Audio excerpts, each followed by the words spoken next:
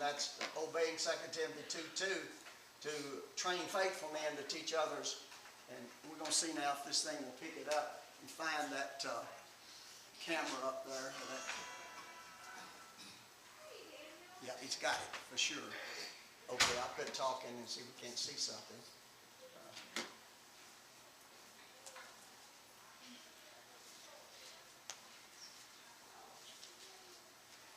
These little pen drives or thumb drives are so little I keep them in my wallet because otherwise I'll lose it.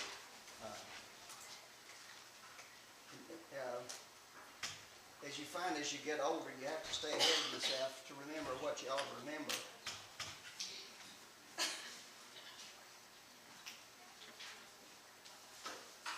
Well, anyway, my wife's name is Laurel, and we have 4 children. We have 3 sons.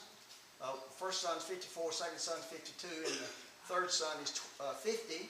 And we adopted a girl in Pakistan, and she'll be 46 December the 1st, and she has a daughter and 3 sons herself. She and her husband live in Oak Ridge, Tennessee.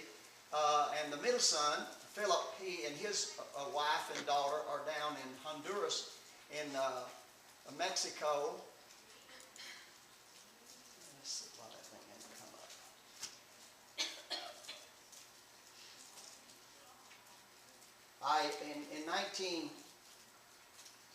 Well, I should tell you, we worked in Pakistan, came home to the United States, and I got a degree in agriculture because Asian agriculture was so primitive in the 60s and still is in many ways. And I studied agriculture extension education, which is county agent work. I've never worked as a county agent, but a lot of the ideas of extension I use in setting up schools of preaching in India and other places.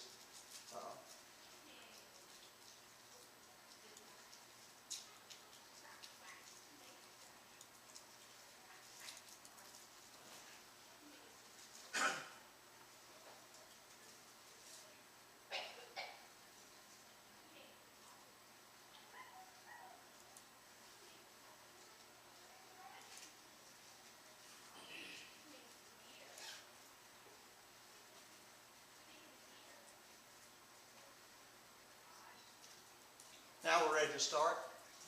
India has 1/3 of the land area of the United States, and the United States has about 312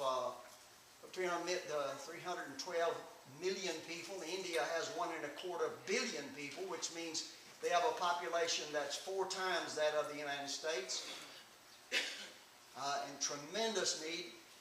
And that's the Great Commission. You know the Great Commission, preach the gospel to all nations on the earth. And that doesn't just mean countries, that means all ethnic groups. The Greek word for nations is ethnos. And in the northeast of India, the people are not Indians like you see in the schools and colleges here and in the motels here. They are Mongolian people. They're like our American tribals, like the Cherokee, the Choctaw, the Huron, Iroquois. So the gospel is to go to all nations, all ethnic groups on the earth. Now, since 1967, Laura and I have always worked under an eldership in order that the elders can speak according to my integrity or manner of life. They can speak to how we use the money, and they can speak about the effectiveness. A number of brothers have worked overseas in areas where it just absolutely very difficult to reach anybody with the gospel. And you remember the Apostle Paul when he was going to the Jews and they would not listen. He said, I'm going to the Gentiles. So it's my desire, has been my desire through the years, is to work in places where the gospel is effective and you can reach people and people will listen. These are the 5 elders that we have at Crossville. These are the 3 brothers that work together with me. We work as a team. 2 of these men, the brother Don Iverson on the left. Don's a businessman and lives in Banner Elk, North Carolina. If you ever go to Banner Elk, it's a tourist town, and they have a shop there. They call it the Pink Gorilla. Don and Kathy also have a business of billboards, and they spend about 6 months a year in India. Don has opened an orphan's home there, and he also has many schools of preaching, just like the work that I'm doing. Then Brother Scott Richards there in the blue shirt, he's from Tara, Georgia, which is just outside of Atlanta, and he is the one responsible for our English medium school, which is the only one. We have 46 schools, and I not counting Don, with Don and Gary, who's on the right over there, we haul together, we probably have about 75 or 80 training schools in India. And Gary Jones over on the right-hand side, he also has an orphan home. The Lord Jesus not only said to preach the gospel to all nations, but he said preach the gospel to every creature. And so this is a responsibility or an obligation of those of us. If the church here at Sandyville, if you were the only church of Christ on the earth, you'd have an obligation to all the nations on the earth and to all the people on the earth. So it's a great responsibility. Someone might say, well, Jim, you want to try to put a guilt trip on us? No, the Lord Jesus Christ put it on us all. He said, preach the gospel to every creature. Now,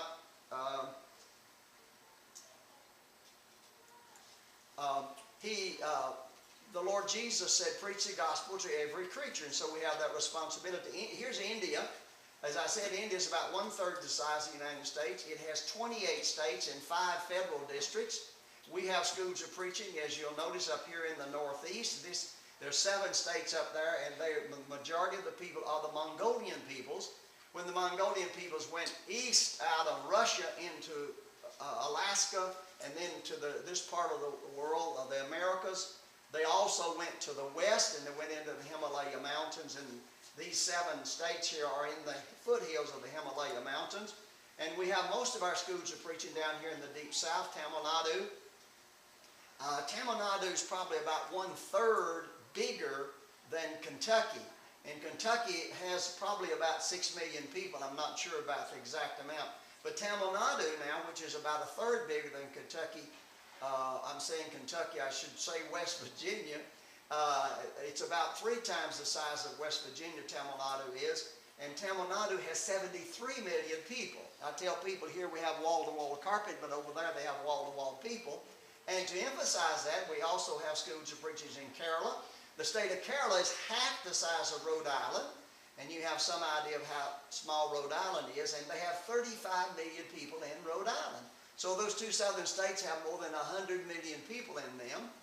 Now, this is the dark blue state up there that joins China and Tibet, and we have a school of preaching there. And I was there just about 6 weeks ago, and we had a school of preaching. Had a graduation for the school of preaching, but that joins hard to China and is way into the Himalaya Mountains there.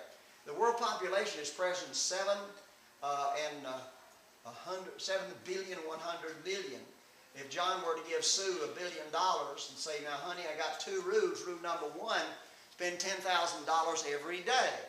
I've said this lots of places, brothers and sisters, and ladies would come out and say, you know, I'd sure like to try. Spend $10,000 a day. And I said, then rule number 2, John would say, now Sue, don't come back till you spend it all. The girl wouldn't come back for 193 years. Now what's that illustrate? A good way to lose a wife and $1 billion the same day. What's my point? It takes 193 years to spend $1 billion. And we have 7 billion people in the world. And there's a tremendous need that we need to let it come into our minds that we have a tremendous obligation to get the gospel which we know and which we love and through which we are saved to the world. India has 1.25 billion itself. This is India's big problem. The Indian population is 1.25 billion, and about 150 million of those are Muslims, or Muslims, as people sometimes say. The Muslims are much more fanatical than the Hindu people. But the Muslims in India tend to be very peaceable because they're in a country where 150 million Muslims and 900 million Hindus. And they know if they create problems there and begin to do violence there, like they did a month ago down in Kenya, and like a month ago up in Pakistan, there's a Catholic church there, been 128 years, and as the people were coming out, 400 or 500 people were in the church building. And as the people were coming out, 2 jihadi people strapped on bombs went among them and killed about 90 people. That's the attitude often of the Middle East Muslims and the Pakistani Muslims. But in India, the 150 million Muslims tend to be very docile and very quiet because they'd have a bloodbath if they were to rise up against the Hindus. Well, this is India's problem. 900 million Muslims. The statue there on the left made out of clay, just like you dig up clay here in West Virginia and make brick. and it's an image of Krishna. Some of you will remember in the 60s they had the Hare Krishna movement. The word Hare Krishna means Lord Krishna. And these guys, they'd cut off all their hair except a pigtail. And then they put on a chiffon robe and dance around in a circle out in the middle of the road many times with a tambourine. And they followed Krishna. They were claiming to follow Krishna. Said Hare Krishna, as I said, means Lord Krishna. And they say he's a manifestation or an avatar. He's a manifestation of Shiva, which is one of their three major gods. And that's a goddess over there on the left-hand side. They worship the gods of wood and stone just like they did in Paul's time and just like they did in the time of Moses. Now, this is the command under which we work. We don't just go to do mission work, but this is our major thrust. The things that you've heard from me, said Paul, among many witnesses, commit these to faithful men and be able to teach others also. So the work is obeying 2 Timothy 2:2 to train native Christians to reach their own with the pure gospel. Now I put Galatians 1:6-9 there. You know that's where Paul said, if an angel comes from heaven, he didn't say if an angel comes from the devil. He said if an angel comes from heaven and gives you a different gospel from what you have in your New Testament, which was given to us by the apostles and prophets of Jesus Christ, if an angel from heaven gives a different gospel from what's found in the New Testament, that angel rests under a curse. So if we give a watered-down gospel or if we pervert the gospel, it won't do people any good. So the emphasis on teaching the simplicity and the faithfulness or the purity of the New Testament of our Lord and Savior Jesus Christ. Of course, we teach them the entire Bible because Paul says in Romans chapter 15, verse 4, whatever things were written aforetime were written for our learning. So our main work is setting up schools of preaching. Now, Don Iverson has 2 orphans homes going, and also he's about to start a 3rd orphan home. The emphasis that I have is training native people to reach their own with the gospel and helping widows and fatherless children, and I'll tell you a little bit more about that. Now, that's not the bottom line. Setting up orphans homes or setting up schools of preaching, that's not the bottom line. Brothers and sisters, the bottom line are planting strong local churches of Christ just like you have right here in West Virginia. Romans 16:16, I'm not ashamed of the gospel of Christ, for it is the power of God unto salvation to everyone that believeth, to Jews first and also to the Greek. Now in 1986, I first went to India to work. I'd visited there before. And then in 1989, we started a school of preaching. Well, in those days, there was extreme poverty in India, extreme poverty even in comparison to today. And most people were coolie laborers. Now, the word coolie comes from their word, which you spell K-H-U-L. And so when the British came there 250 years ago, they would pay people a daily wage, which was called cool, that they paid them.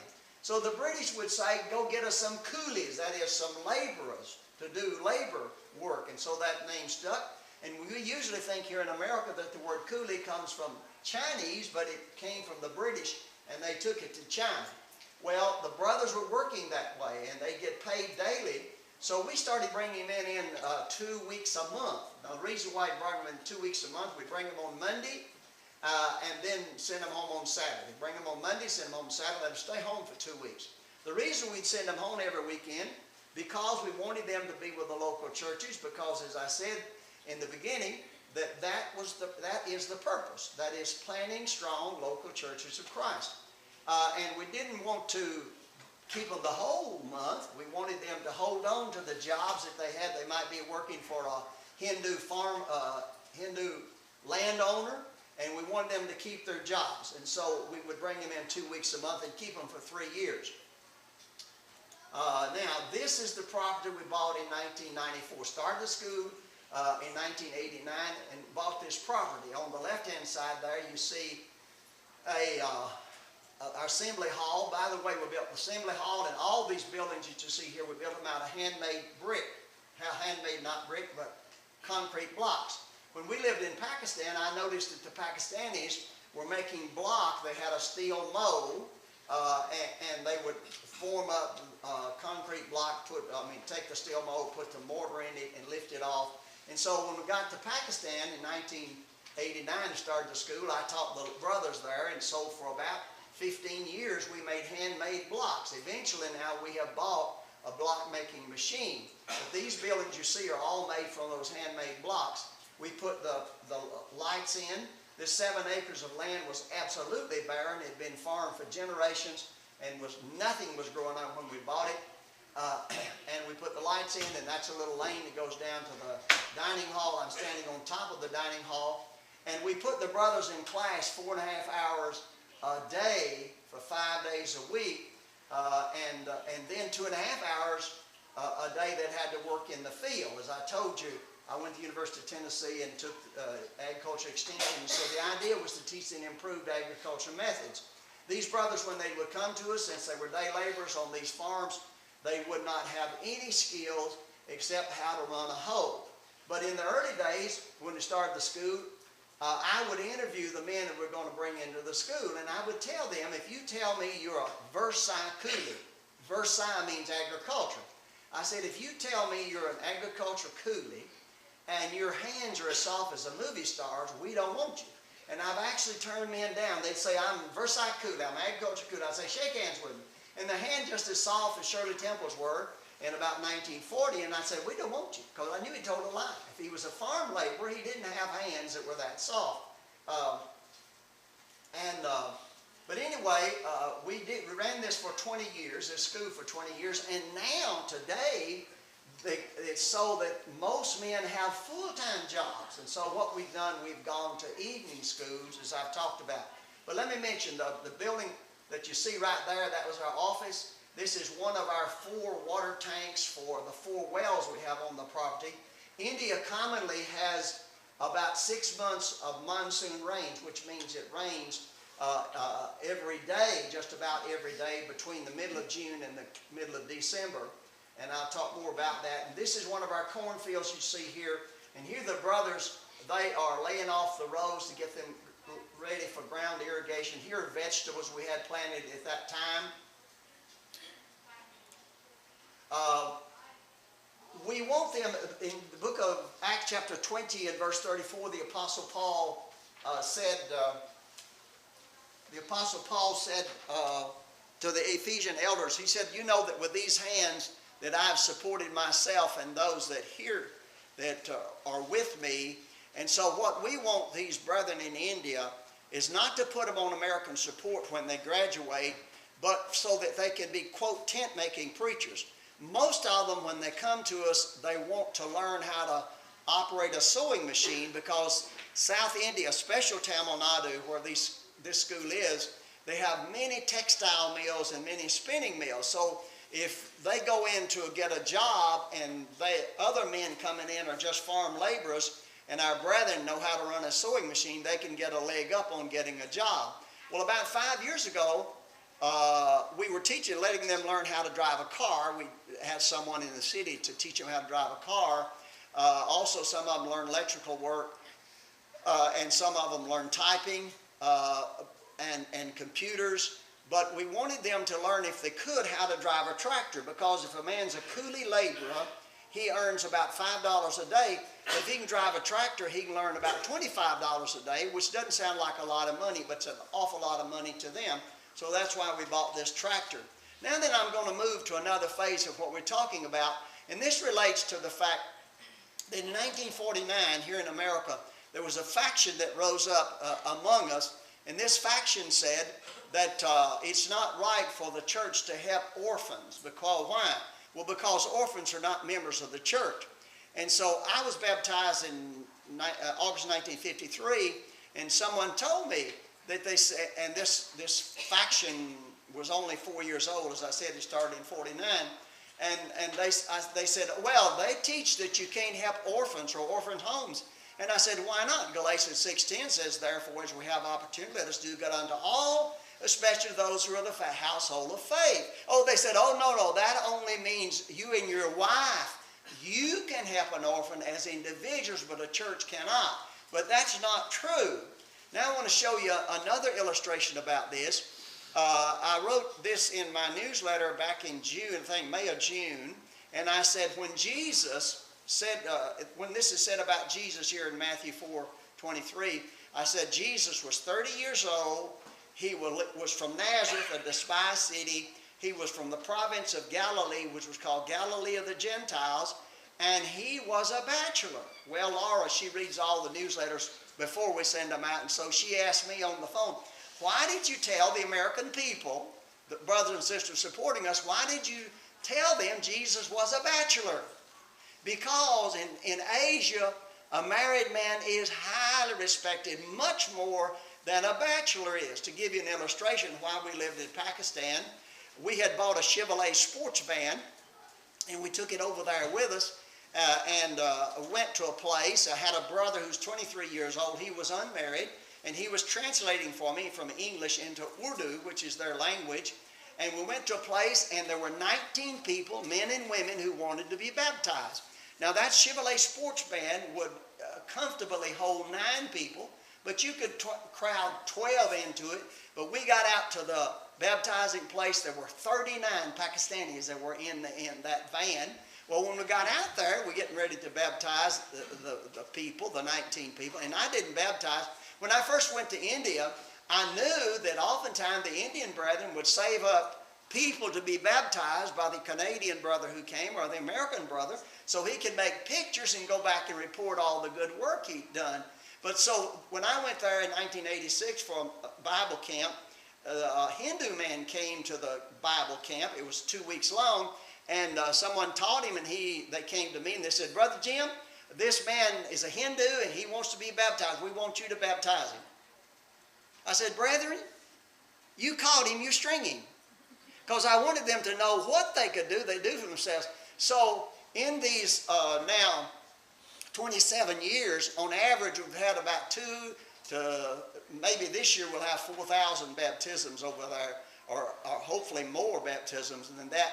But anyway, during these 27 years, I myself have baptized 12 or 13 people, because very rarely do I do that, because as I said, I want them to do what they can do for themselves. Well, anyway, I was going to let Anwar do the baptizing. One of the local men came to me and he said, we don't want him to baptize the ladies. I said, why not? He's not married.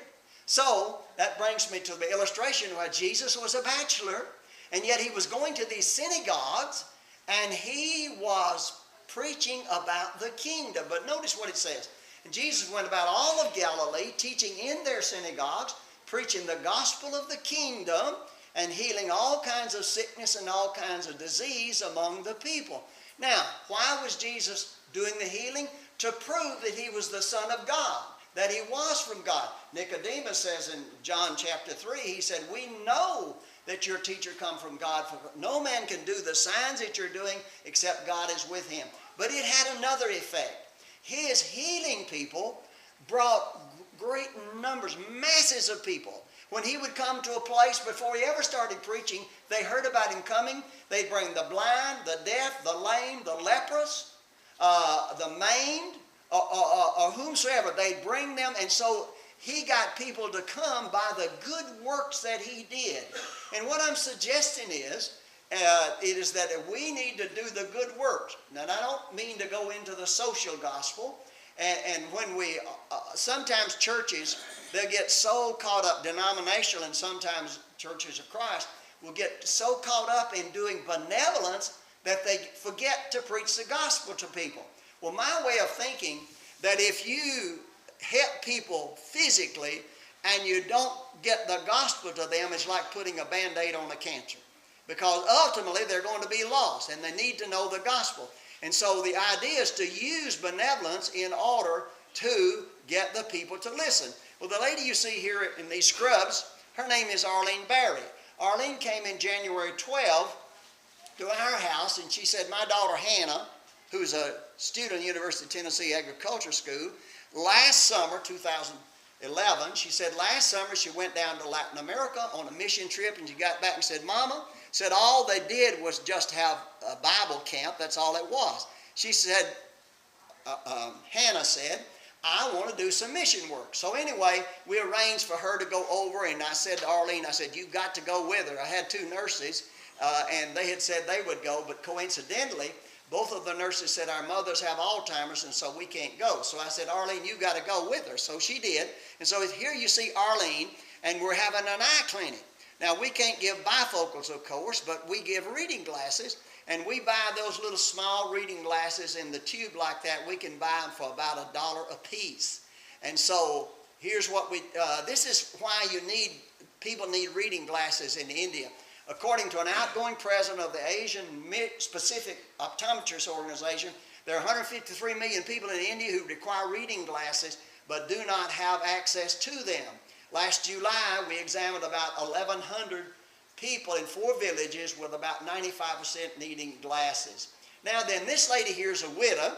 You see she doesn't have a blouse on. I can know that she doesn't have a blouse on because the widows in Hinduism are looked down upon. A widow, if she's 22 years old, her husband gets killed on a motorcycle, which happens too many times, she has to take off her earrings, she takes off any jewelry she had, takes off her beautiful sari, and they say to her, you're never to entice a man. So if she's 22, if she lives to 82, that means 60 years she's got to remain a widow. And oftentimes, they will not buy a jacket, a blouse, because they have to go buy the cloth and be measured and have a tailor make it for them because they make the jacket real tight. By the way, the sari has 16 feet of cloth in it, and it's just a long cloth, and they wrap it around them for a dress. But anyway, we asked this widow, she looks to be, maybe 65 or so, why do you want reading glasses? You can't read. She said, I want to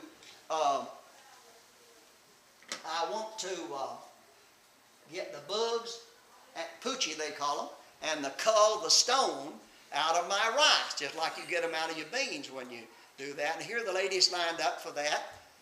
Now, we have eye camps now, and this paper we give out to the people when they come. Now, we have our brothers go in a few days before we're going to have the eye camp and give invitations to people to come, but when they come, we give them this.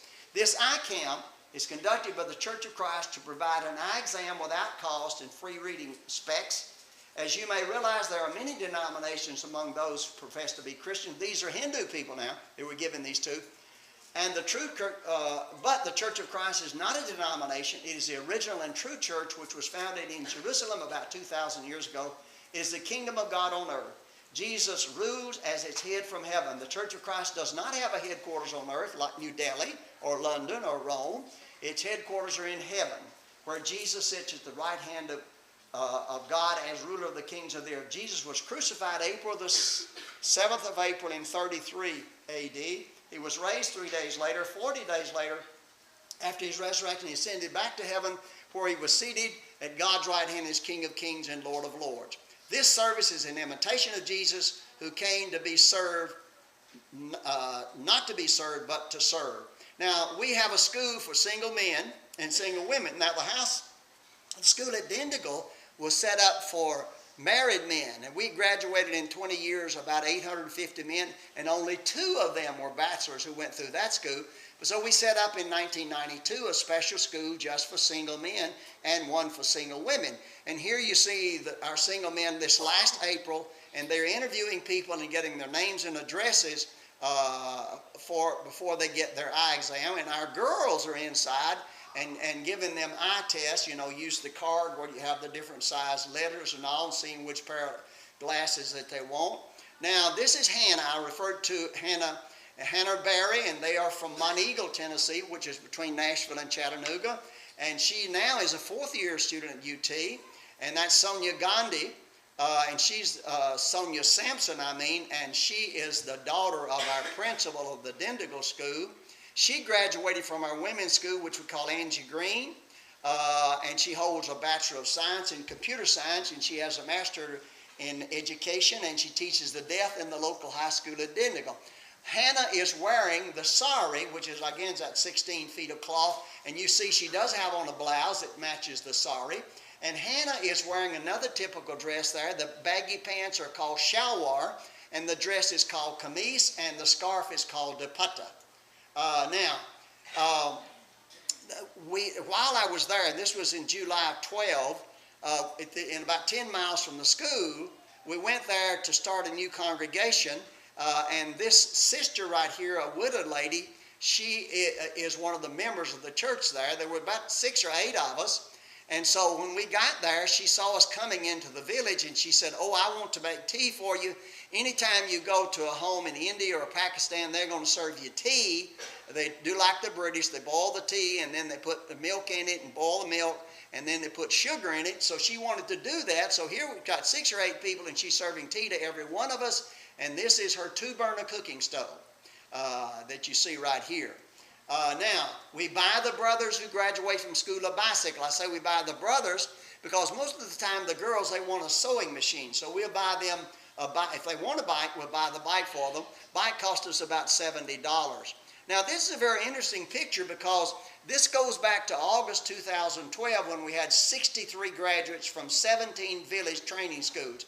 As I've already referred to, we've lowered the number of daytime schools that we have because men are getting full-time jobs. And these schools, the 17 of them were in the vicinity of the capital, which has about 7 million people. And out of those 17 schools, we now have 44 teachers in 44 villages, and we have 141 students. And they meet 3 nights a week, and they will have 3 hours of Bible class, so 9 hours a week, and they do this for 4 years so they can complete the full-time study there. Now, this is about the School for Women. We started this in 1992. In a few minutes, I'll explain to you why we call it the Angie Green School for Women. This building belonged to a company that had broiler houses. They had 5 or 6 broiler houses, and this was their office, and we bought this. In fact, Angie Green's mother, Sister Alma Green, she bought this building for us for the women's school. Now, the Coimbatore Bible Institute for Women. This full-time 2-year Bible training school for women was begun in 92 in the city of Dindigul in South India. In 97, property was purchased and named Angie Green after a Christian girl from McMinnville, Tennessee, who was killed in the Value Jet crash in 1996. The first principal of the school was Lily Arudas, who passed in 06. Mercy Wilson is the present principal of the school. And between 1994 and 2013, we had 632 girls that that graduated from that school. Now, Brother Don Iverson has started a program, and he has our graduates from these schools all over the state. Now, remember I said there's 73 million people in the state, and there are churches of Christ all around the state. So in those villages, many of our Angie Green girls are teaching women's classes in their village. Now, we built this building in 2006-07 we built this building. Probably, what's this county? Jackson County. You probably pay anywhere between $85 and $100 a square foot. We built that building in 07. We built it for $12.50 a square foot. It's a concrete block. It's stuccoed, and the girls now have all their classes in this building, and there's dormitory rooms and all of that. This about 100 yards. If you're looking over to the left here would be the old Angie Green building, and now this is the new building. We call it Lily Hall for the girls. This is a quote from a Hindu woman in the newspaper editorial in 2012.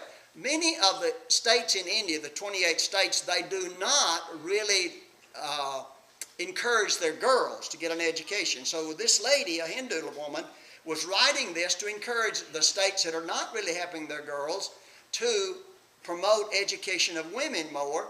So she said, when you educate a man, you educate an individual. When you educate a woman, you educate a generation. And those of you who've had the blessings of having not only your mother to teach you, but your grandmother to teach you, you can testify to the truth of that statement. Here are our girls that graduated this past April, the 4th Saturday in April, the girls in the gold saris. When they come to us, the girls come from very poor villages, and most of them have become Christians out of Hindu homes. We will buy them a suit of clothes for the first year. Now we're buying them that shalwar kameez. I showed you the dress and the pants, because it is so comfortable and so easy to work in, and is so modest. But then when they graduate, we buy them this beautiful sari, like the gold saris you see here. Now all the sisters sitting there in the front row, there's 7 of them. They are the staff for the women's school. And Brother Don Iverson's on the left, and you see me on the right there. These are our girls, God willing, who will graduate this next year, April. And there again, you see, I'm on the left and Brother Don's on the right there. Here are the boys that are expecting to graduate. We have 72 girls in the school, And the girls' average age is about 19. They're like college age young people here, and the boys about the same age. Usually we have more girls than we do boys. We have 72 girls this year and 61 boys. These are the girls in class. Now, 2-year Women's Bible Institute, the 22 hours per week in Bible classes and Christian development. They memorize 3 verses of Scripture every class day. So they memorize 1,440 scriptures in 2 years. They learn, in their spare time, they learn tailoring and typing and introduction to computers. If they don't have a high school education, we help them get a GED. We provide tutors for them so that they can pass the GED test. Or if they got a high school diploma, then we let them go and by correspondence, they work on their college degree. Here, now, besides the fact we help them in all those things, all these young people speak Tamil, that's their native tongue, but we also teach them English. So what you see here is the girls practicing their English with me. Now, this is from Google Earth, and the small building in the lower right there, that's the original Angie Green building.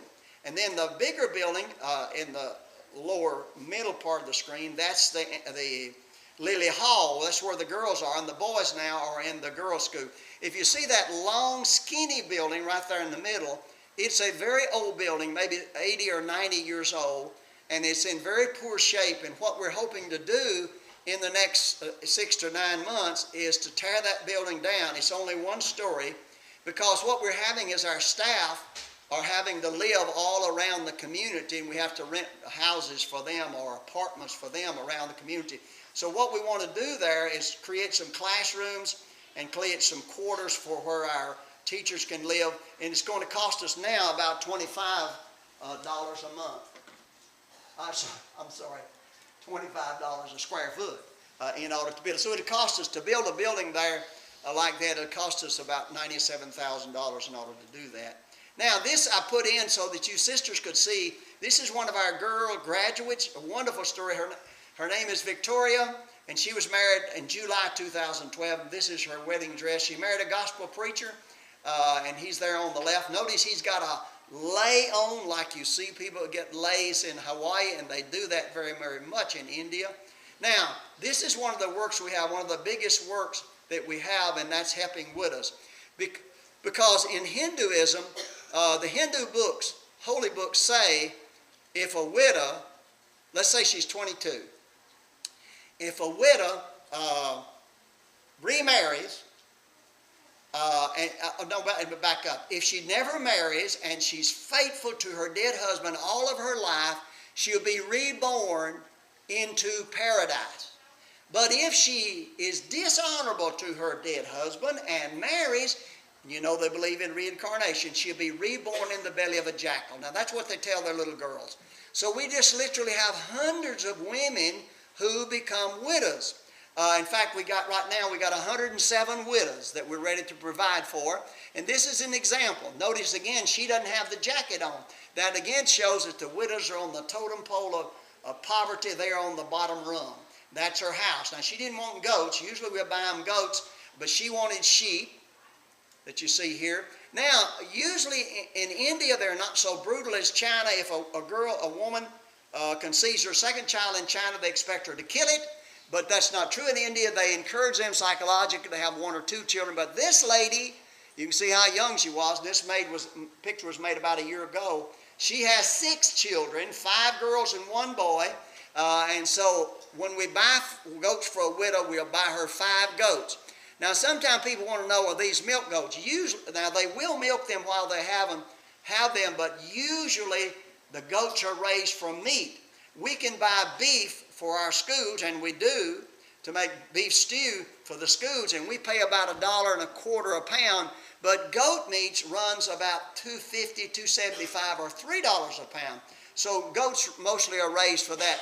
Now, if we buy a widow 5 goats, we usually get 4 goats that are pregnant. And you may know a cow's gestation period is 9 months, a goat's is 5 months. So if we buy her 4 goats, and then in 5 months, each one of them has 1 or 2 kids, she can have 10 or 12 goats within the year. What we're trying to do is promote among the widows self-help. If she has, like this lady she had 6 children, we bought her 11 goats. we also repaired her house. Here's a grandmother, another grandmother taking care of her 2 grandchildren. We bought 7 goats for her. Now, we will give them some support. It's a British term, stipend. We'll give them a stipend from a year to 18 months so that they can buy fodder and they can provide for themselves during that time. Now, the command, the things you've heard from me among many witnesses, commit to faithful men who will be able to judge all, teach others also. The Apostle Paul in 2 Timothy 1:13 said, hold fast to the pattern sound words which you've heard from me among many witnesses. And so here's the summary. At the present time, I just came home 3 weeks ago. There are presently 344 brothers in training. Of these, 152 are in daytime classes in our 4 schools in 4 states. 192 of them are in 46 evening schools in that many towns and villages. 85 women, and 72 of those women are in the Angie Green School. 85 women in training to teach women and children in 2 schools in 2 states. We have a school of 37 of the blind and the deaf. We have large numbers of widows and fatherless children that we are being helped. We have presently, as I said, we have 172 widows that are waiting for us, and we'll do this in the next 3 or 4 weeks, to bring them goats. Sometimes they want a cow. A goat costs us about $55, and a cow costs us about $450. And sometimes they want a cow, sometimes they want goats. Now I'm going to move on. I won't read that. Now, I was just over there, as I told you 3 weeks ago, and we tried to have a seminar on marriage and the home and the family. Well, they had a strike in the state. These are Mongolian peoples in the Northeast, and they're striking against the federal government, and so we couldn't have it. So they had it yesterday over there in India, and I'll get the report on that. This is one of our preachers who's graduated. You look closely at him, you see he looks more like he's a Thai or he's a Chinese person there. He is a very active brother and gospel preacher. Here's another brother who was 15 years for preachers for a church called the Believers Church, which is very much like the Baptist. He was an evangelist, and now he's been through our school of preaching up there in the Northeast, and he is working. Here's Brother Scott Richards. He's the one mainly responsible for the English medium school, and we bought this 4-wheel Mahindra Jeep-like pickup and 4-wheel drive, and use it up there. Now, we try to teach them ag business if they can. A brother named Brian Pitts was over there. He's a good carpenter, and a month ago he built this chicken pen for us, and we put 51 broilers in that. You may know that in broilers, in 43 days they take them out, and that's when they sell them here in America, and that's what we would do. Here's another picture of those 51 broilers. Now, here's Scott Richards on here. 3 of the brothers built a pig pen because we're trying to get the students to learn how to grow broilers and to grow pigs. Now, this is Molly and Dolly. Now, Brian Pitts was there. As I told you, he's from Woodbury, Tennessee. And he said, let's name them. I said, don't name pigs that you're going to kill. He said, you're going to use these for brood sows, yes, and keep them 4 or 5 years. I said, yes. He said, let's name them. So he named the little one on the left, Molly, and the other one on the right, Dolly. And when we got Molly and Dolly, Molly was the smaller, but she was the roughest. She'd get right up in we had a big dishpan-like thing that we'd wire to the bamboo frame to feed them in, and Molly would get right in the middle with both her feet, and she'd just push Dolly out and shove her this way and that way. But finally, Dolly learned she's bigger than she was, and she took hold of that. We have the students growing a garden. Training faithful men. This is about the school of preaching up in that state called Andhra Pradesh on the border of China. And the 4 of them, here I am with the 4 graduates and the 2 teachers up there. This teaches you if you want to ride, say, for 6 or 8 miles, you pay $0.25 to ride what they call a tracker. It's an SUV. It's got the doors taken off of it, and they pack them in. By the way, it'll haul comfortably. It'll haul about 8 people, but I've been in it and had 19. 4 on the outside hanging on and 15 inside. This is the Saturday market they have there all over the country. They'll have these farmer markets on Saturday. And this guy here selling seed. And you see here they're selling every kind of thing they can at these markets. Here I'm talking to the farmers about dairying. The cows in the Northeast are very small. You may know something about Holstein. A Holstein cow gives maybe 8 gallons of milk a day, which 4 8's 32. That's 32 quarts a day, or about 30 liters a day. Well, I asked one of these men as I was talking to him, I said, how much milk does your cow give a day? He said, a ½ liter. And so they really need to have improved agricultural methods, and that's the last one. God bless you.